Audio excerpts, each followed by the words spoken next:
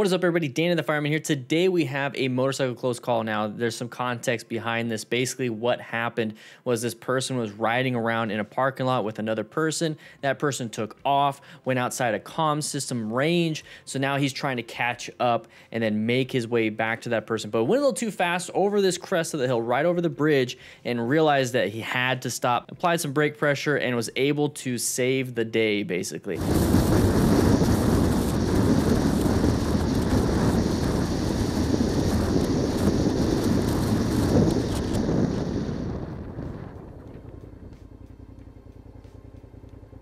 Now that we saw what happened, let's go ahead and understand real quick some things when it comes to the range of motorcycle comms. Some comm systems only last, a couple hundred feet. Some can last up to a mile, but definitely around the 1,000-meter range, which is kind of what the Cardo Pack Talk Slim does for me when I'm riding with Nikki, when I'm riding with other crew members out here in Tucson. So if you want to grab yourself one, we actually got a discount because they are sponsoring this channel. So it's amazing that they are. I love it. But the thing is, we got a discount for crew members. The link is in the description. You just click that link, you go to their website, it's automatically applied.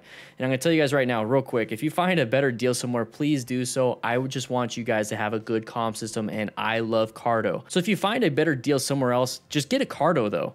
That's the main thing, okay? So now that we got that out of the way, let's go ahead and talk a little bit more about this. Right here, this is a crest of a hill. You notice already a bad line of sight. So with vision and line of sight, with what you can see is basically what you should be able to stop within. So right here, can you stop right here with this speed? Probably. That's not a big deal, but let's go ahead and move forward just a little bit more. I just want you to keep that in mind.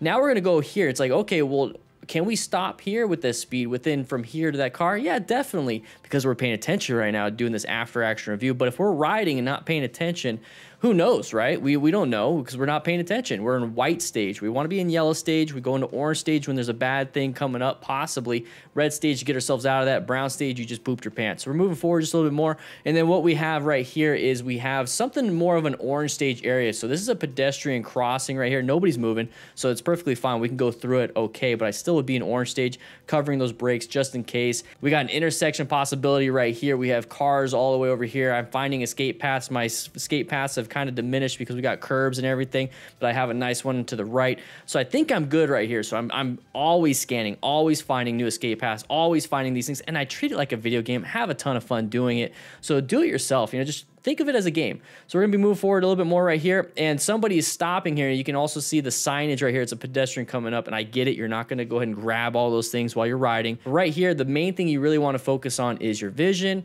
and your escape paths, and making sure that your following distance between the vehicle in front of you and you does not get diminished, because if it gets diminished and comes closer, that means either you sped up or they stopped and you're just going into them, or they're coming at you. So right here, we're coming at it. Now there's that light that we always see when there's a pedestrian crosswalk. So we should be paying attention here. So do we have now a good total stopping distance going down the hill on this weird rough asphalt right here? Probably not. We could definitely stop, but I don't know if I feel as comfortable, so I'm still going to position myself in a just in case. So what I mean by that is I'm going to move myself off into more of a lane filtering, lane splitting position, and then apply the brakes. That way, if something fails and my total stopping distance goes past the car, I'm not going to run into the car. I'm just going to lane filter a little bit. If I hit a pedestrian, guys, as bad as it sounds, I'd rather hit that than a car. They're a little squishy, but the thing is, I'll be able to rescue them, take care of them, feel really bad, pay for things, all that stuff. I'd rather not deal with it. So let's make sure we're paying attention here. All right, guys? So moving forward. Oh, look, exactly what he did. Lane filtering position. So he's going to have to stop, total stopping distance, right? Remember, perception, reaction, braking equals total stopping distance. Right now we're braking. I don't know if we're going to stop. We're going to stop. Applying the brakes. Thankfully, we stopped.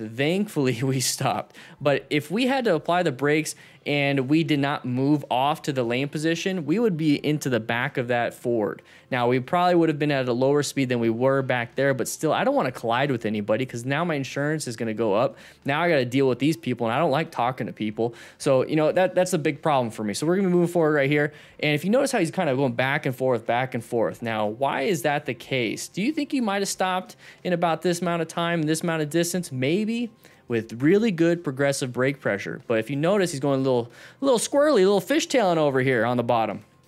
Now, what that means is that rear tire is slipping and sliding. Okay, you don't want to be slipping and sliding that rear tire. That means it's not really grabbing anything. It's just going across the ground, burning rubber.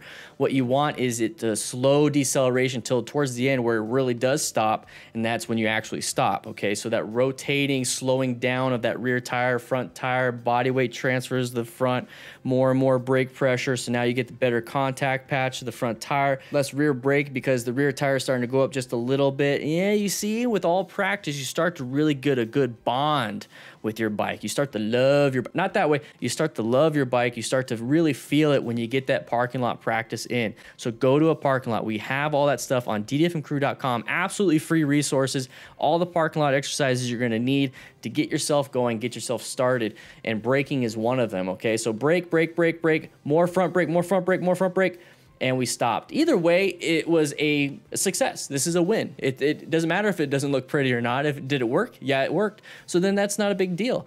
So now that we're gonna be right here, it's gonna be kind of embarrassing. Moving on, it's perfectly fine. Now we know for next time, hey, I got to practice my braking. I got to pay attention more. Hey, I got a little poo-poo in my pants.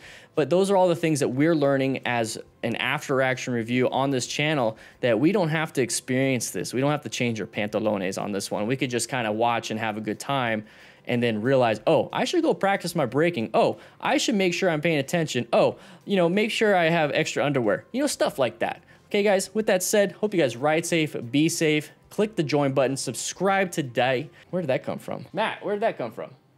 I don't know where the accent came from. Anyways, I'll see you guys later.